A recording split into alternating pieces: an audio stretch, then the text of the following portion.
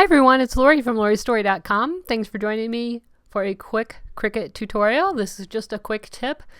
I've seen a lot of questions regarding the print and cut and how to utilize the maximum area for print and cut for your particular browser in Cricut Design Space.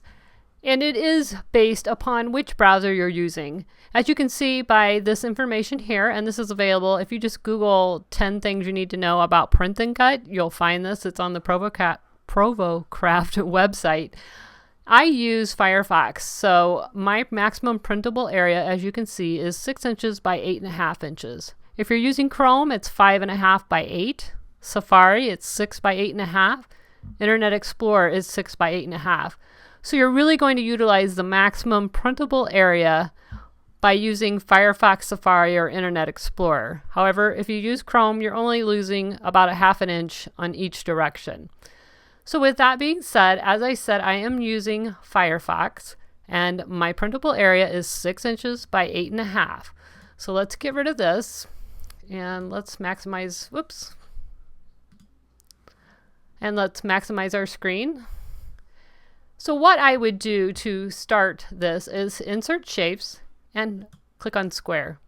And then I would go to the edit panel. And I would change, I'm going to unlock key proportions by clicking on this little lock right here. And I would change this to what my printable area was. And that is 8.5 by 6 inches for Firefox. Okay. And that is the same for Internet Explorer, Safari, and Firefox. Again, Chrome is 5.5 by 8.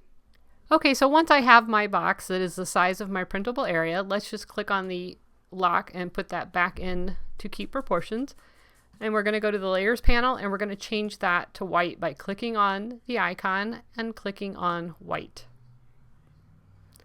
Okay, now we go to our uploaded images.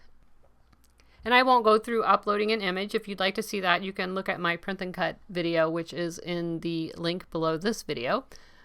But once you have all your images uploaded, this is how I kind of go through and decide what exactly I can fit and how much I can fit into my printable area. So I'm just going to click on a few things here just to show you how I would maximize my printable area and waste the least amount of paper as possible.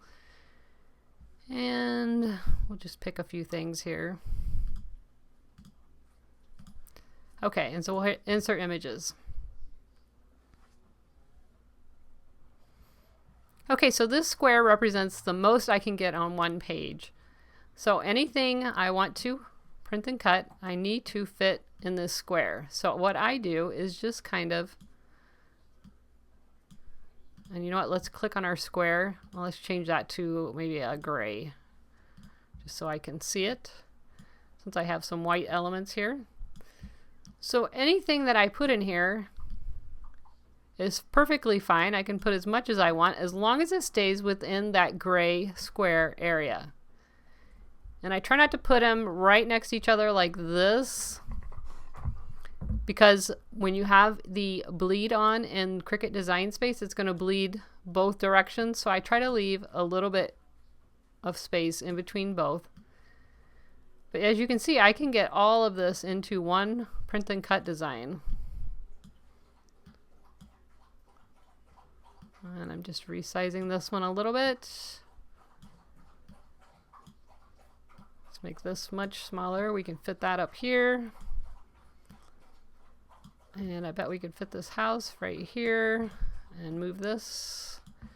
Let's spin it around. And I'm just spinning it around by clicking on that little blue circular arrow. So now we know all this stuff will fit inside my printable area of 8.5 by 6. So I should be able to cut all that out, and I have it all arranged the way I want. Now in order to keep it right where it is, I don't need to cut this square. So I'm just going to click on this square, and you can either hit cut, or you can just hit delete on your keyboard, or you can go down here in the layers panel and hit delete. Okay, without moving anything else, I'm going to draw a box around everything by just clicking and dragging. That has selected everything within that box. And now I'm going to attach.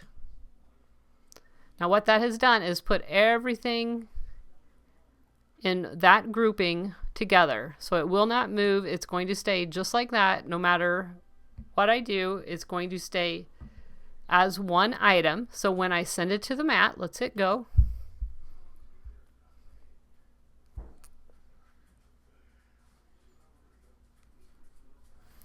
And you can see all of my projects fit into one printable area because I'm within that 8.5 by 6, and I'm utilizing pretty much all of my paper, so that's perfect. Now you will see that these two are pretty close together, and that is because of the feature I was speaking about earlier called bleed. If you don't want the bleed, you can turn it off by clicking over here where it says more mat settings. Click that down arrow and you can turn the bleed off. Now watch what happens when I uncheck that. Now you can see there's a clear white area between those two. I highly recommend leaving that bleed on. What it does is put just a little bit of extra ink around your edges, and it'll look kind of blurry on your print, and that's fine. But it just puts a little bit of extra ink around the edges so that when it cuts it, you'll have a totally colored edge. It will cut that blurry edge off. You won't see that in your final product. But that's what it's for. It's so that you have a perfect edge to edge colored cut. So that's it. I hope this helped you understand how to maximize the printable area for your print and cut designs. If you enjoyed this video, please give me a thumbs up. Don't forget to subscribe to my channel by clicking on the red subscribe button, or if you're on a mobile device, you'll just click the red word subscribe. Thanks for joining me, and I hope to see you soon. Bye.